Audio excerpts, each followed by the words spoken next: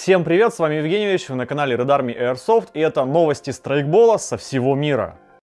Генеральный спонсор канала — страйкбольный магазин Airsoft Rules. Как всегда, мы посмотрим, что нового произошло за последнюю пару недель в мире страйкбола не только в России и в российских страйкбольных магазинах, но и что нам приготовили производители страйкбольного оружия со всего мира.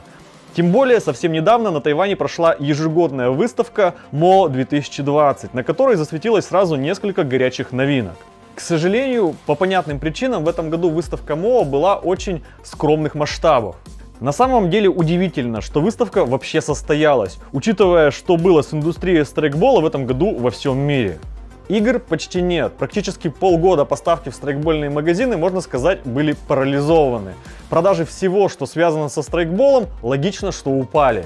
Производителей в этот раз было немного, и самый большой объем новинок выкатила компания Vega Force Company, то есть VFC. Во-первых, VFC представили миру финальную версию АЕК пулемета МК-48М1, прототип которого был показан год назад на выставке МО 2019. Основными фишками новинки являются вес и решение с размещением шаров. VFC решили сделать не только внешний антуражный пулемет, но и играбельный. Его вес без шаров составляет всего 3 кг 600 грамм. Добиться такого веса получилось за счет использования легкого алюминиевого сплава. Какого конкретно, как всегда, не уточняется, но антуражные маркировки присутствуют. Второй фишкой является встроенный в пулемет отсек для шаров, в который помещается целых 1000 шаров.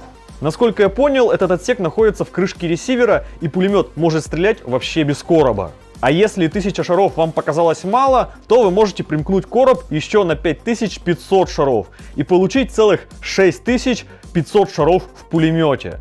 Как точно это работает, остается только пока догадываться по фотографиям. Но я думаю, в скором времени появится какая-то более подробная информация или видео, и я вам все расскажу. Гирбокс внутри стоит свой уникальный. Подробностей с какой-то конкретикой опять же пока нет. Продажи начнутся летом 2021 года. Вторая горячая новинка — это лицензионная ГББ-версия полуавтоматической винтовки ХК PSG-1.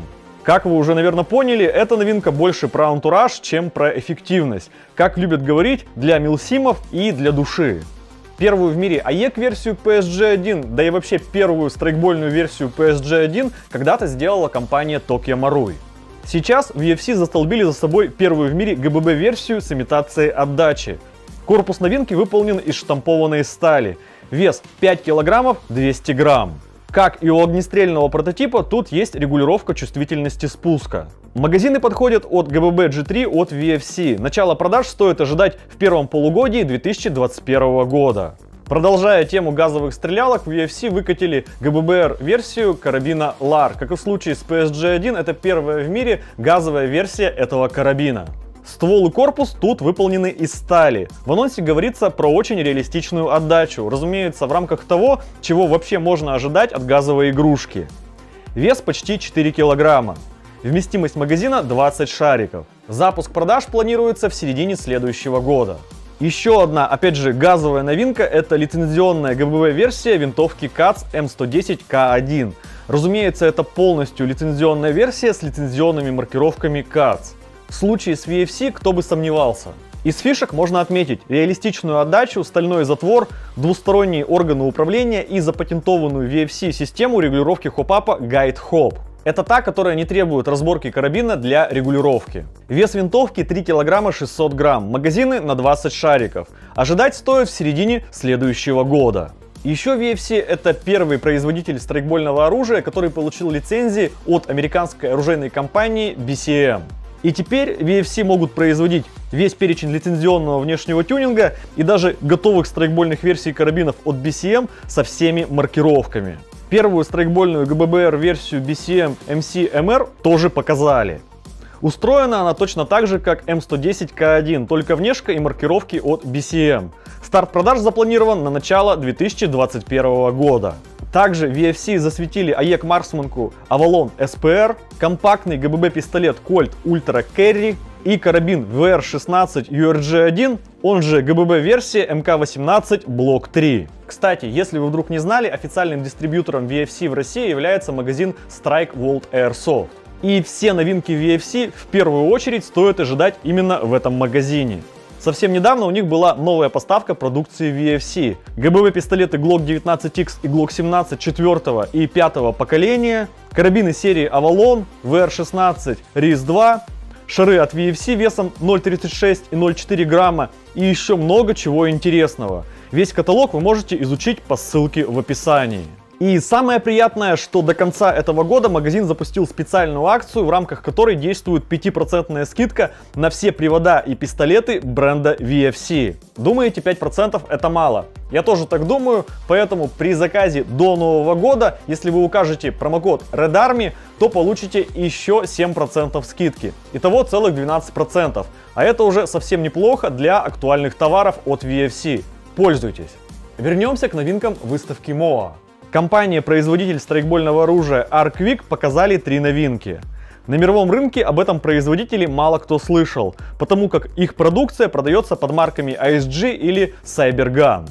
Про первую новинку я уже рассказывал в предыдущих выпусках.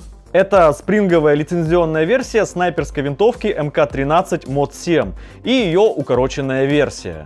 Вторая новинка — это прототип лицензионной ГББР версии L119A2 Colt Canada. Планируется 2 версии. Первая версия — это готовый карабин на базе газовой системы от GSK. И вторая версия — это комплект для переделки газового карабина MWS от Tokyo Marui в L119A2. Ну и третья новинка — это комплект для переделки страйкбольных глоков от Tokyo Marui и VFC в карабин. Называется UCK или Ultimate Carabin Kit. По габаритам он сравним с пистолетом USW, который недавно начали продавать ISG. Планируется 2 версии для глоков без автоматического режима огня Glock 19 и Glock 17 и для Glock 18C с автоматическим огнем. Norest Airsoft на своем стенде показали ГББ-версию пистолет-пулемета Sten MK2. Страйкбольная версия выполнена из стали и алюминия. Вес 3 кг 700 грамм. Магазин на 32 шарика. Когда начнутся продажи и сколько он стоит, я пока не знаю. На стенде SRC можно было посмотреть на страйкбольные ГББ-версии с имитацией отдачи MP40 и MP41, которые работают от CO2. Корпус новинок выполнен из стали, вес больше 3,5 кг. Когда они появятся в продаже, пока не сообщается. Если большинство предыдущих новостей было для любителей реконструкции и милсимов, то следующие несколько новостей будут на тему спидсофта, так что прошу убрать от экранов олдов и людей со слабой психикой. Лиц до 18 лет можно не убирать, так как у спидсофта в России даже есть своя лига юниоров. Итак, во-первых, хочу сказать, что в марте 2021 года мы будем проводить Кубок России Лиги Speedsoft Russia. Это будут общероссийские соревнования с участием команд со всей России. В едином Speedsoft чате это событие уже вовсю обсуждается. Специально для соревнований мы будем строить в Екатеринбурге арену с правильными фигурами и покрытием пола, на котором можно будет делать подкаты. Регистрация команд на участие в соревнованиях будет открыта 15 января 2021 года. Подробности будут опубликованы в группе Speedsoft Russia. Ссылка на группу в описании. Кроме того, 4 января этого года мы будем проводить в Екатеринбурге первые соревнования по тактическому троеборью. Да, теперь и эти соревнования тоже будут проводиться в нашей области. Кому интересен спортивный страйкбол, добро пожаловать! В каталоге снаряжения SpeedQB появились штаны, разработанные специально для спидсофта. Называются они EMP и по факту представляют из себя смесь боевых штанов формата G3 с наколенниками и штанов для пейнтбола с высокой талией и усилениями в тех местах, на которые чаще всего приходятся подкаты. По бокам есть карманы из герметичной молнии и велкро-липучкой для установки панелей с молли, на которые можно повесить подсумки. Ценник на наши деньги около 12 тысяч рублей. Если вы уже прямо сейчас думаете о том, что пора бы заняться тюнингом вашего страйкбольного оружия к следующему сезону, то в магазин Airsoft Store как раз приехала поставка запчастей от Maple Leaf и Modify. В наличии резинки хопапа, давилки, стволики, пружины, камеру хопапа, элементы CPG и другие запчасти для AEG-приводов. Есть из чего выбрать. Кроме того, Airsoft Store пополнили склад боевыми рубашками, штанами формата G3 и наколенниками для этих штанов от Arsarma. Ничего не нужно ждать, все есть в наличии, можно просто взять и купить. Все ссылки в описании. Японская компания Laylox, следя за тенденцией развития направления спидсофт во всем мире, сделала свою версию дропстока. Если кто не знает, это такой переходник, который позволяет понизить положение приклада, чтобы приводом было удобнее пользоваться в маске. Штука очень полезная для своего сегмента, потому как многим спортсменам приходится делать подобные переходники из пластика, что не очень-то и надежно. Кстати, вот полезная мелочь на заметку российским мастерским. Спрос на нее здесь точно уже есть. Silverback Airsoft показали первое фото рабочего прототипа их новой спринговой снайперской винтовки TAC-41. Идея TAC-41 очень простая и должна порадовать любителей эффективного снайпинга. Silverback решили перенести винтовку SRS-1 со всеми ее фишками из компоновки Bullpup в классическую компоновку, добавив эффективных фишек. Например, возможность быстро регулировать хоп-ап, не разбирая винтовку без инструментов с помощью колеса с 50 позициями фиксации. Запуск продаж запланирован в следующем году. Ориентировочный ценник $350. Несколько новостей от российских мастерских. Мастерская Шталь Airsoft Arms продолжает работать над АЕК-версией PP2000. На фото рабочий прототип. В конце года планируется выпустить первые 18 образцов корпуса для тестов и выявления проблем. Так как металлические части будут выполнены из легкого и прочного алюминия марок B95 и D16T, вес всего привода планируется в районе 2 кг. Хоп-ап в итоге планируется ставить как у М4 с минимальными доработками. А вот какой вариант приклада лучше всего поставить, производитель пока думает. Можете, кстати, написать в комментариях, какой вариант вам нравится больше. Рамочный стальной или каркасный пластиковый. Центр механика продолжает работу над серийной версией первого в мире страйкбольного гранатомета с ленточной подачей АГС-17. Прямо сейчас они доработали систему подачи и магазин-улитку. Говорят, что система поддерживает скорострельность 200 выстрелов в минуту. Bulgir Custom засветили новые вставки второго поколения в бубны для РПК. Не спрашивайте, почему такая маленькая картинка, другой пока просто нет. Фишкой новинки является какая-то новая система подачи без контактов, микрофонов, проводов и так далее. Также говорится о том, что в новом бубне не будет никакой платы с регулировкой скорости, и он будет совместим со всеми штатными автоматами и пулеметами, для которых он предназначен, причем без доработок. Интрига, однако, но придется подождать, пока производитель закончит все тесты и наконец покажет нам готовое изделие. Мастерская Рубеж 52 запустили производство деревянных лож для спринговых снайперских винтовок М24 от СИМа. Материал фанера. Вес точно такой же, как и у пластиковой ложи.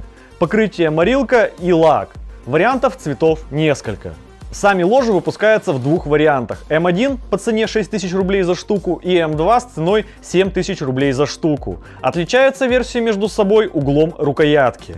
Еще есть вариант изготовления с регулируемой щекой на прикладе, которая добавляет 2000 рублей к стоимости. Пользуясь случаем, хочу напомнить, что прямо сейчас идет первый этап ежегодного международного голосования Airsoft Player Choice Awards, в рамках которого игроки со всего мира предлагают номинантов в 26 категориях.